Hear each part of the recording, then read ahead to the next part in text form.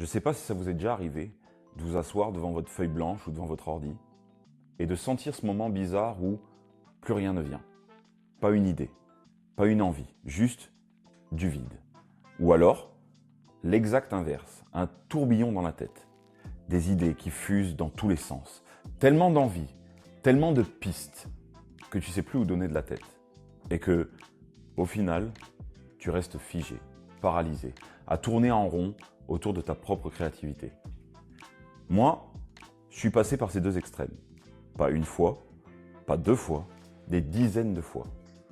Même en ce moment, alors que je construis ce projet Building Public, je passe d'un extrême à l'autre.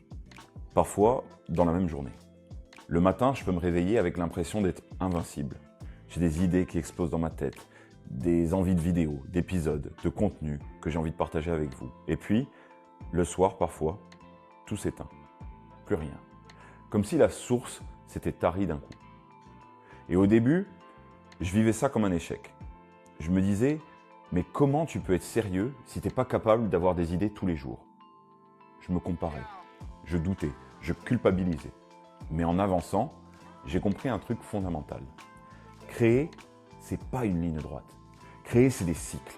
Créer, c'est accepter que parfois, il faut apprendre à avancer, même quand l'élan n'est plus là. Alors aujourd'hui, je veux partager avec vous ce que j'aurais aimé entendre plus tôt. Je veux parler du syndrome de la page blanche. Je veux parler de ce trop-plein qui te noie au lieu de t'élever. Je veux partager les outils qui m'aident, les routines qui me ramènent à l'essentiel et surtout, mon rapport très personnel, très imparfait, mais profondément vivant à l'inspiration. Si toi aussi tu te reconnais là-dedans, si tu as déjà ressenti ce grand vide ou cette tornade d'idées incontrôlables, tu es au bon endroit. Bienvenue dans les coulisses vraies, brutes, authentiques de la création Building Public.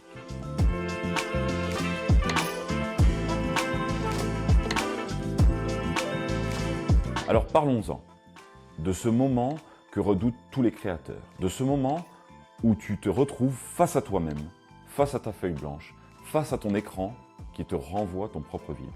Tu cherches dans ta tête, tu cherches dans ton cœur, tu cherches dans ton passé, dans tes envies, dans tout ce que tu pourrais dire, mais plus tu cherches, plus ça se dérobe, comme du sable qui glisse entre tes doigts.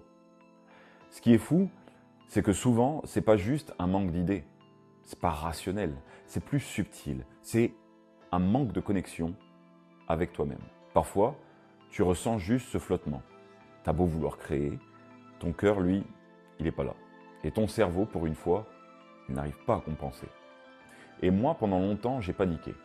Je croyais que quand ça arrivait, c'était un signal d'alarme, que j'étais en train de perdre ce que j'avais construit, que peut-être, j'étais pas fait pour ça finalement. Mais avec le temps, avec les échecs, avec les heures passées à lutter contre moi-même, j'ai compris autre chose. Le vide, c'est pas ton ennemi. Le vide, c'est un passage, un espace nécessaire, un sas entre ce que tu as déjà créé et ce que tu vas créer ensuite. Le problème, c'est pas de traverser le vide, c'est d'essayer de le nier, de vouloir le remplir à tout prix, trop vite, sans respecter ton rythme.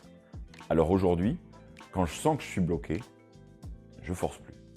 Je n'appelle plus la créativité comme un dictateur qui exige un résultat. Je me mets en mouvement. Je marche, je vais au sport, je relis mes notes, je reprends un vieux projet sans pression. Parfois, je parle avec quelqu'un qui crée aussi. Pas pour trouver la solution, juste pour refaire circuler l'énergie. Et surtout, j'accepte que parfois, rien ne sort. Et que c'est normal, que c'est même nécessaire. Parce que créer, c'est pas produire. Créer, c'est vivre. Et parfois, vivre, c'est aussi ralentir. C'est aussi traverser le silence. C'est laisser le vide faire son travail invisible. Alors si aujourd'hui, toi aussi tu regardes une page blanche, sache une chose, ce n'est pas la fin. C'est juste le début d'autre chose. Un espace qui attend que tu lui fasses confiance. Et puis parfois, c'est l'inverse. Le vide, tu connais pas. Au contraire, tu es en mode éruption volcanique. Les idées te traversent comme des éclairs. Les projets, les envies, les concepts, ça fuse, ça explose, ça te réveille la nuit même. Tu as envie de tout faire, de tout dire, de tout partager, là, tout de suite. Chaque idée te semble brillante, essentielle, urgente. Et du coup, tu fais quoi? Tu fais rien.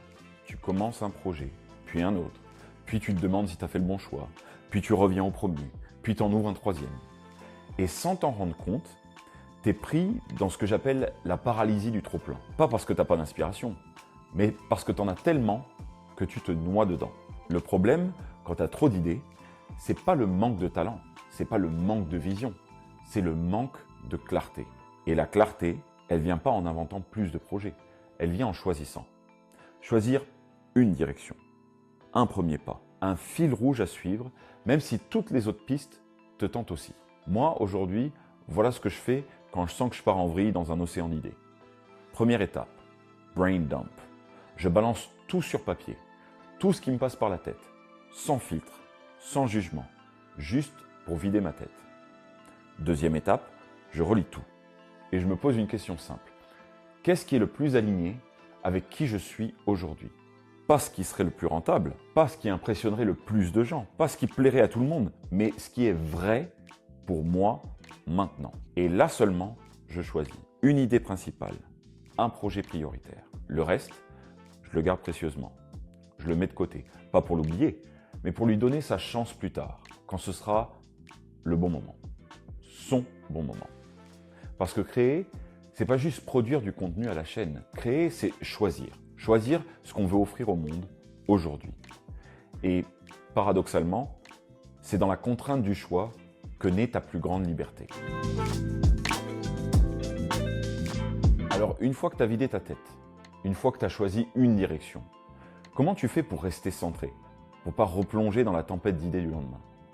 Moi, avec le temps, j'ai construit des petits outils, des routines simples, pas des trucs compliqués, des trucs que je peux utiliser n'importe où, n'importe quand. Premier truc, capturer instantanément chaque idée qui passe. Pas quand j'ai le temps, pas quand j'y pense, pas quand je serai rentré chez moi, non, là, tout de suite. J'utilise simplement l'application Notes sur mon iPhone. Mais peu importe l'outil que tu utilises, l'important, c'est de capturer immédiatement. Parce qu'une idée, c'est comme un papillon. Si tu essaies de la retrouver plus tard, elle s'est envolée. Deuxième chose, je fais un tri rapide chaque semaine. En général, le lundi matin. Je relis toutes mes captures, je prends 10 minutes, pas plus, et je sépare en deux catégories. Ce qui me parle maintenant et ce qui peut attendre. Ce qui peut attendre, je le range dans un dossier spécial à développer plus tard. Ça me libère l'esprit. Je sais que je n'ai pas perdu mes idées, mais je me libère de la pression de tout faire tout de suite. Troisième chose, et peut-être la plus importante, je me pose une seule question avant de commencer ma semaine. Pas qu'est-ce que je dois faire, pas ce que les gens attendent de moi, mais plutôt qu'est-ce que j'ai vraiment envie de partager cette semaine. Cette question, elle change tout. Elle te reconnecte, elle remet l'élan au centre, elle transforme l'obligation en expression. Et enfin, je garde une structure, pas rigide, pas étouffante, juste un squelette. Par exemple, je sais que cette semaine, je vais sortir une vidéo building public. Je sais à peu près sur quel thème je vais écrire sur Insta ou Twitter. Mais je me laisse la place pour changer si jamais une inspiration plus forte arrive. C'est pas de la discipline militaire, c'est de l'équilibre. C'est créer un chemin sans enfermer le voyage. Tous ces petits outils, ils m'aident pas seulement à mieux créer, ils m'aident à mieux vivre mon processus créatif, à rester léger, à rester en mouvement, à rester vivant, même dans les tempêtes.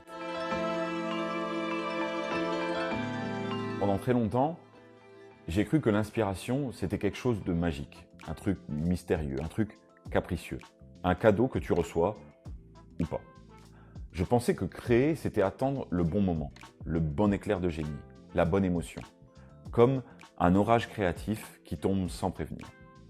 Et donc forcément, quand l'inspiration ne venait pas, je culpabilisais, je doutais, je me jugeais dur. J'ai passé tellement de temps à attendre l'inspiration, à la chasser, à vouloir la forcer, jusqu'au jour où j'ai compris un truc simple, un truc évident, mais que j'avais mis des années à accepter. L'inspiration, c'est pas une étoile filante, c'est pas une loterie, c'est une relation. Et comme toutes les relations, elle demande qu'on soit présent, qu'on soit ouvert, qu'on soit prêt à l'écouter, même quand elle murmure au lieu de crier. Aujourd'hui, je ne considère plus l'inspiration comme un éclair de génie, je la vois comme un feu. Un feu que je peux entretenir, un feu que je peux nourrir un petit peu chaque jour.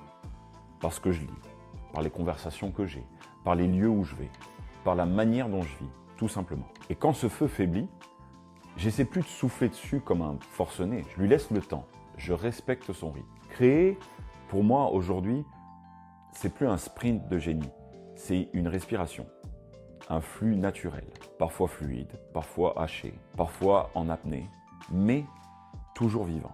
Alors si toi aussi, parfois tu te sens déconnecté de ton élan créatif, si parfois tu cherches l'inspiration désespérément, ou si parfois elle t'inonde au point de t'étouffer, souviens-toi, l'inspiration, c'est pas un miracle, c'est un mouvement de vie, un dialogue permanent entre ce que tu vis et ce que tu choisis de créer.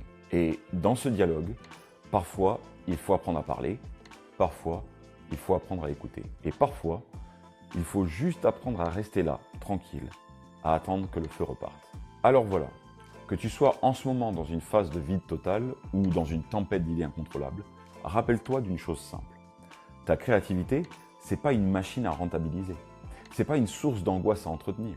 C'est pas une course contre les autres. C'est un dialogue vivant entre toi et ce que tu veux offrir au monde. Il y aura des jours où tu créeras à partir du feu et des jours où tu créeras à partir du vide. Et dans les deux cas, c'est encore toi, c'est encore vivant, c'est encore précieux. Alors, avance. Pas forcément vite, pas forcément fort, mais avance, à ton rythme, à ton souffle. Dis-moi en commentaire, en ce moment, t'es plutôt team page blanche ou tsunami d'idées? J'aimerais vraiment lire vos expériences, parce que partager, c'est aussi avancer ensemble. Et si tu veux continuer à explorer tout ce qu'il y a derrière la création, les hauts, les bas, les doutes, les vrais moments, alors reste connecté. Dans le prochain épisode, on parlera d'une autre grande peur qu'on traverse tous, la peur de ne pas être écouté. Je vous partagerai comment je la vis, comment je la traverse, et peut-être comment toi aussi, tu peux la transformer. Merci d'avoir été là, merci de faire partie de ce chemin. À très vite.